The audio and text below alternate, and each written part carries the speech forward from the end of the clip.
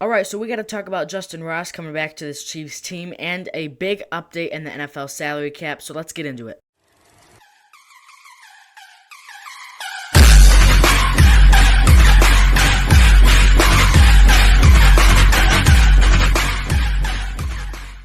Alright, so the Chiefs have officially re-signed wide receiver Justyn Ross, a move that continues their trend of developing talent from within. Ross, who joined Kansas City as an undrafted free agent in 2022, has flash potential, but still not had that breakout game that all of us wants to see. In 2024, Ross was active for just 2 games and saw only 1 target with no catches. The year before, he played in 10 games, making 1 start and recording 6 catches for 53 yards. That was against the Minnesota Vikings, by the way. While those numbers aren't anything crazy, Ross has talent, and I think this is going to be a make or break year for him. So some big NFL news has dropped. The league has informed teams that the 2025 per team salary cap will be between $277.5 million and $281.5 million, a massive jump from last year's $255.4 million. That's an increase of over $53 million in just 2 years. Thank you, Taylor Swift. This is great news for teams looking to retain key players or bring in new talent, but how does this impact the Chiefs, you may ask? This brings us to some of the most major Chiefs free agents, so I'm going to put up the most notable ones on the screen, as you can see.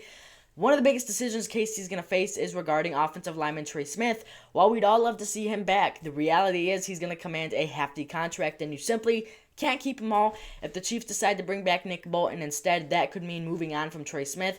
It might come down to keeping one or the other because you simply can't keep them all. That's just the matter of the fact. And then there's safety Justin Reed, another key player whose future with the team remains uncertain. I would love to see him back, but he's not going to be too cheap either. He's been balling out here in Kansas City. The Chiefs will have some tough decisions to make in the coming weeks. The Chiefs have roughly $5 million in cap space, and that's obviously not a lot. So one way they could clear some money would be to restructure Patrick Mahomes' contract. Doing that alone would clear up as much as $38 million.